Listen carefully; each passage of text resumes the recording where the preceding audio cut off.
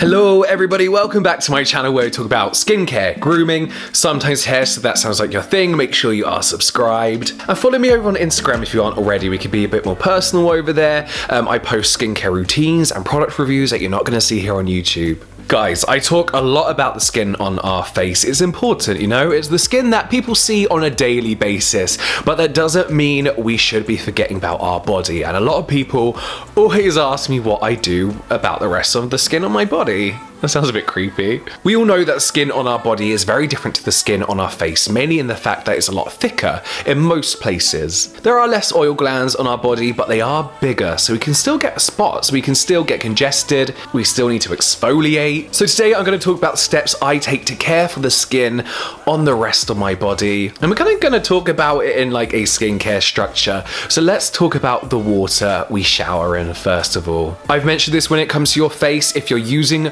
boiling hot water, you can really damage your skin, and that's the same with your body. Hot water, steam, can literally suck the moisture out of your skin and leave your skin feeling dry and flaky, and on your arms, very scaly. So just like how you'd wash your face, your water should be lukewarm, so a warm shower. You don't have to start having cold showers, that would be just as bad, but you don't want to come out the shower red raw. Just a nice warm shower. Another point that I haven't actually written down but I'm going to talk about is I always wash my hair before I do the rest of my body, and I think everyone does that, but soap suds, like shampoo suds from your hair, can actually cause a lot of spots on your neck and back, so make sure you wash your hair before you move on to your body. So let's talk about exfoliation. As I mentioned, this is still something you need to do on your body. We do have oil glands, we do have sebaceous glands on our body that need unclogging. So there are two ways you can do this when it comes to your body. You can use a Helooooo, which is what I personally do, and this gives you a very gentle daily exfoliation.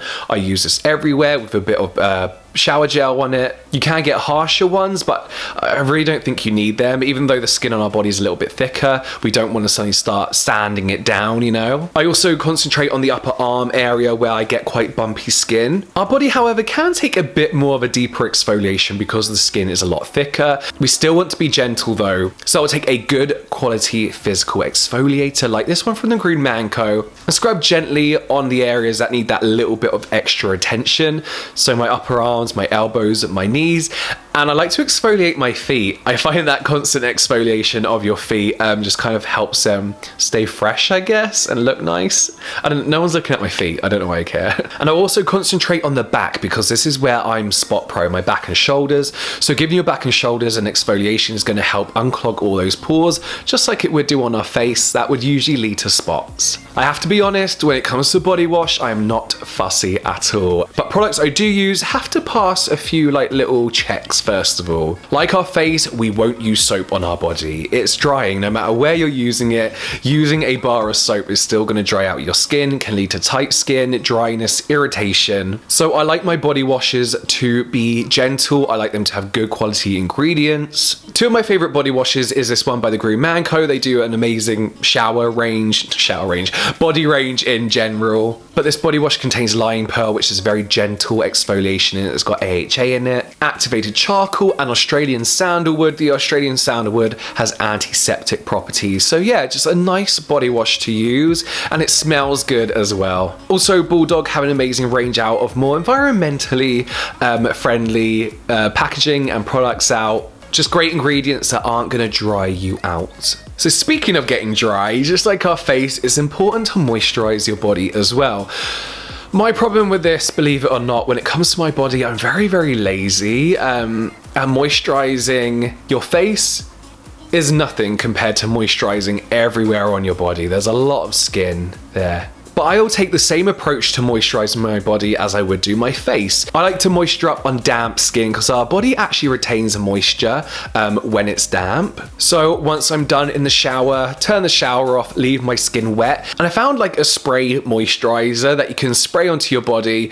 It's super, super quick. You just rub that in really quick as well. And your wet skin is going to retain that moisture and hold on to it. I then try and air dry as much as possible, but you're going to have to dry yourself down a bit. If I do have really dry patches, however, sometimes my elbows, my knees, again, my upper arms can get very, very dry. I do have like an oil stick that is kind of like a deodorant stick, and you just rub that on the dry areas and it's instantly soothing, not sticky, and this one in particular smells amazing. But you can just use any kind of oil or moisturizer to really focus on the dry areas, and I will do this on drier skin. Body acne, bacne doesn't discriminate. Everybody gets it or is prone to it. There are things you can do to take preventative measures and also stop it in its place. Obviously, it's a lot more difficult to apply individual spot treatments to spots on your body. You can do that, but it's time consuming. So I found a body spray that contains tea tree and other spot fighting ingredients that you can spray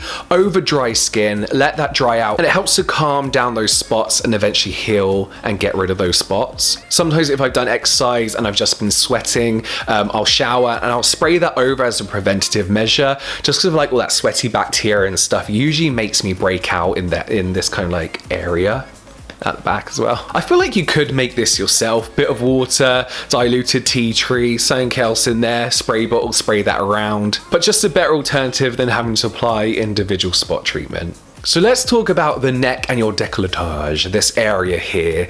Basically, this skin is very similar to the skin in your face. So whatever I do to my face, I 100% do to my neck and sometimes to this area. I'll bring moisturizers, serums, toners, all that down to this area. Whatever SPF I'm using on my face, I'll use on my neck, and any skin showing here. You can see from how pale I am. But I do use like a thicker, heavier sunscreen on my body and thicker moisturizers. But yeah, anything I do to my face, I'm gonna do to like this kind of triangle area as well.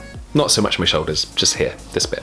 But that is pretty much everything I do. It's definitely not as intense as what I do to the skin on my face. I think that really is just from like a vein kind of side. You know, no one's really seen the skin on my body, so I won't concentrate on it as much. But yes, I hope that was interesting. My videos are always an open discussion, so please let's discuss down below. And if you aren't already, follow me on Instagram. I'll see you over there at James_S_Welsh. But that is it from me now, guys. I will see you next time.